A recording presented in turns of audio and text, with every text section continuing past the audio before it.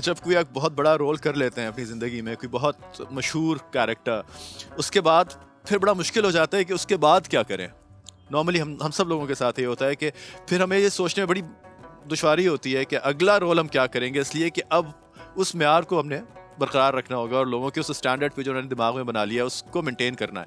तो अब अगला क्या है ऐसा, और आप क्या सोचते हैं कि इसके बाद क्या करना है? अब मतलब रहमान इतना एस्टैब्लिश कैरेक्टर हो गया है, तो क्या आप करने के लिए तैयार हैं इसके बाद?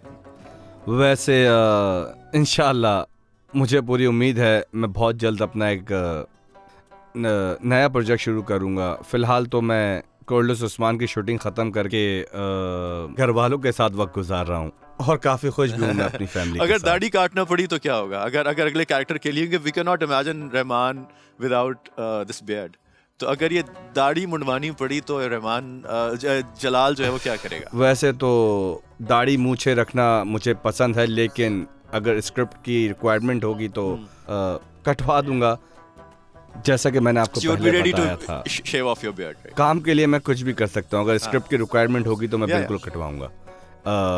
लेकिन अगर दाढ़ी मूछों वाला रोल मिल जाए तो ज़्यादा अच्छी बात है। You look wonderful.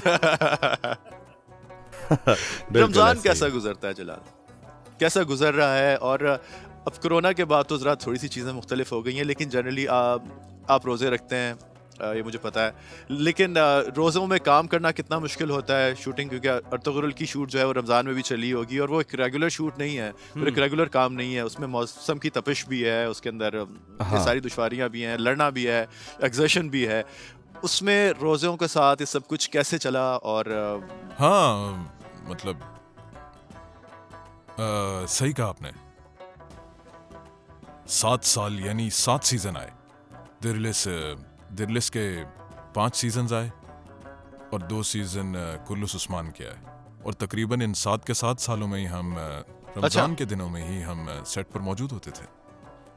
Of course मुश्किल तो होता है, स्पेशली कुछ रमजान तो ज्यादा मुश्किल थे, जैसे कि 4-5 साल पहले रमजान जून में आता था, और जाहिर सी बात है जून जुलाई में गर्मी सबसे ज्यादा होती है, इसलिए उस दौरान प्यास ज्यादा लगती थी। और उस तरह के सीन्स के साथ तो जिनमें भारी कॉस्ट्यूम पहना हो उसमें गर्मी वैसे ही ज्यादा लगती है। लेकिन अल्लाह ताला का शुक्र है कि हमारी प्रोडक्शन फर्म काफ़ी कोऑपरेट करती थी और हमें उन दिनों में काफ़ी आराम का भी वक्त मिल जाता था साथ साथ।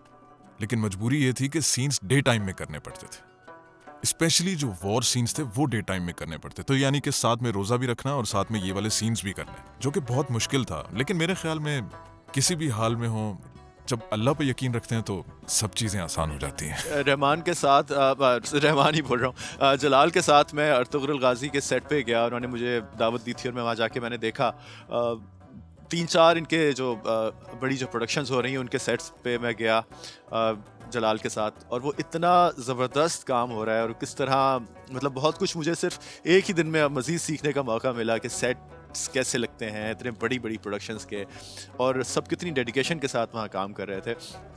जलाल, पाकिस्तान में कभी किसी सीरियल के लिए, टीवी के लिए ऑफर हुआ तो करोगे? हाँ बिल्कुल, क्यों नहीं। अभी भी पाकिस्तान में मुझे पता है कि कुछ असाइनमेंट्स हैं जिनके लिए गए हुए थे। खुशी करूंगा। उसकी वजह यह है कि हम 2 ब्रदरली कंट्रीज हैं, यानी तुर्की और पाकिस्तान 2 अलग अलग कौमें तो हैं लेकिन एक ही मिल्लत है। यानी कोई ऐसा प्रोजेक्ट हो जिसकी वजह से हम दोनों कंट्रीज आपस में करीब आ जाएं और भाईचारा बढ़े, तो वो तो मैं खुशी खुशी करूंगा। थोड़े दिनों पहले मैं और जलाल साथ थे, हम गाड़ी में, हमने एक दिल दिल पाकिस्तान गाना गाया था और वो भी बहुत वायरल हुआ था। रिमेंबर दिल दिल पाकिस्तान।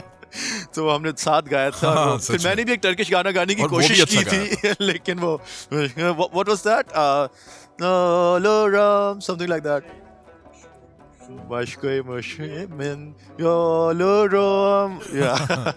माशाल्लाह, वैसे बहुत अच्छा गाते हैं इमरान।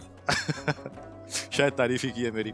अच्छा, बचपन के रोज़ों में और अब के रोज़ों में क्या फ़र्क है जलाल? पहले कोरोना से तो खैर बहुत कोरोना ने तो बहुत ही कुछ बदल दिया, वो तो 2 साल पहले के रोज़े और अब के रोज़ों में बहुत फ़र्क है, बट अगेन जब कोरोना नहीं था तब भी एक सोशल स्ट्रक्चर जो है वो चेंज हुआ है माशरे का।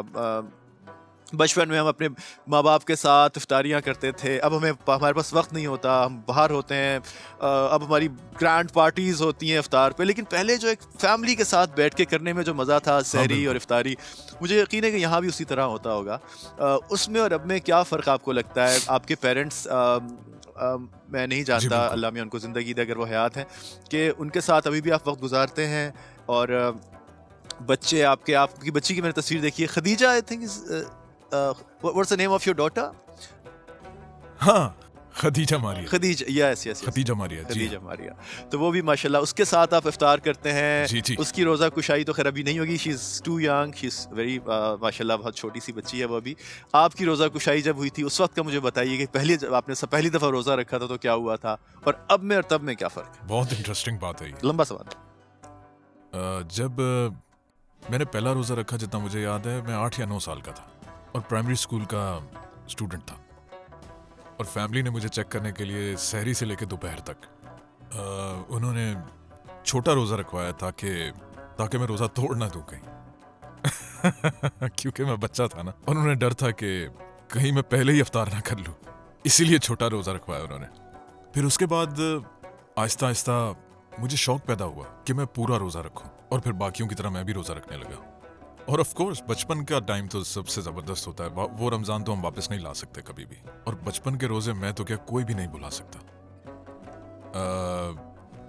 और मुझे याद है कि बचपन में मैंने पहली दफ़ा जब रोज़ा रखा तो मेरे दादा दादी हयात थे, और सबसे ज़्यादा मज़ा तब आता था जब पूरी फैमिली साथ होती थी सहरी के टाइम पे, मतलब सुबह सुबह सारे आ जाते थे। और मुझे अभी भी याद है कि मेरे बचपन के रोज़े में शदीद सर्दी थी, और उस दौरान अम्मी जो हैं वो जल्दी उठकर सहरी बनाया करती थी, और सब कुछ करने के बाद हमें उठाती थी, और उसके बाद हम सबका हाथ मुंह धुलवाती थी, फिर हमें सबको लाउंज में बिठाती थी, फिर दादा अब्बू सबके लिए हीटर ऑन कर दिया करते थे ताकि सबको सर्दी ना लगे। अच्छा, वैसे मुझे याद है उस टाइम पे सिर्फ लकड़ियों वाले हीटर होते थे, ये आजकल वाले हीटर नहीं होते थे, और हम सारे घर वाले सहरी के टाइम उस हीटर के गिर्द बैठ जाते थे।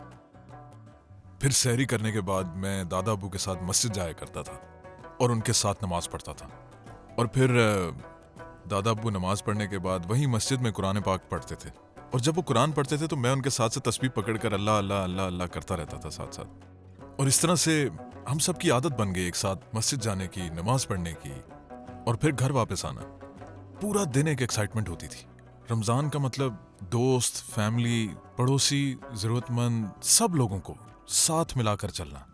और मुझे अभी भी याद है कि कभी हम किसी के घर जाते थे और कभी कोई हमारे घर आता था मेहमान बनकर।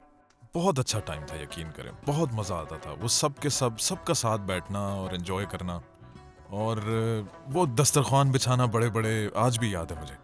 उसकी एक अलग ही एक्साइटमेंट होती थी। और मुझे अभी भी याद है कि जब हम सारे साथ बैठे होते तो मैं टाइम देखता रहता था हर वक्त कि कब रोज़ा खुलेगा, कितना टाइम रह गया रोज़ा खुलने में। लेकिन जनरली पता है क्या है, जब ग्रैंड पेरेंट्स और अपने पेरेंट्स सबके सब साथ बैठते थे हमारे और एक साथ रोज़ा अफ्तार करते थे, उसका एक अलग लुत्फ होता था। क्या ही बात थी उस ज़माने की। किस्मत होते हैं वो लोग जिनके बुजुर्ग उनके सरों पे सलामत हों, ख़ासतौर पे दादा दादी, नाना नानी, एक बड़े प्यारे रिश्ते होते हैं। रमज़ान में जो हम सारी साल डाइटिंग कर रहे होते हैं और अपनी फिटनेस का ख्याल रख रहे होते हैं, लेकिन रमज़ान एक ऐसा वक्त है जब हमारे पाकिस्तान में तो पकौड़े नाम की एक ऐसी चीज़ है जो हमारी सारी डाइटिंग को बर्बाद कर देती है। वो एक ऐसा एलिमेंट है कि उसके बगैर रमज़ान जो है वो इनकम्प्लीट ही लगता है, रोज़ा इनकम्प्लीट लगता है। एक छोटी सी ब्रेक की तरफ चलते हैं और थोड़ी सी जो बातें और रह गई हैं, मेरे दिल में बहुत सारी बातें करने के लिए जलाल के साथ, वो हम और करते हैं, लेकिन अभी चलते हैं एक छोटी सी ब्रेक की तरफ। देखते रहिए बराने रहमत, आज एंटरटेनमेंट और आज न्यूज़ पर एक साथ।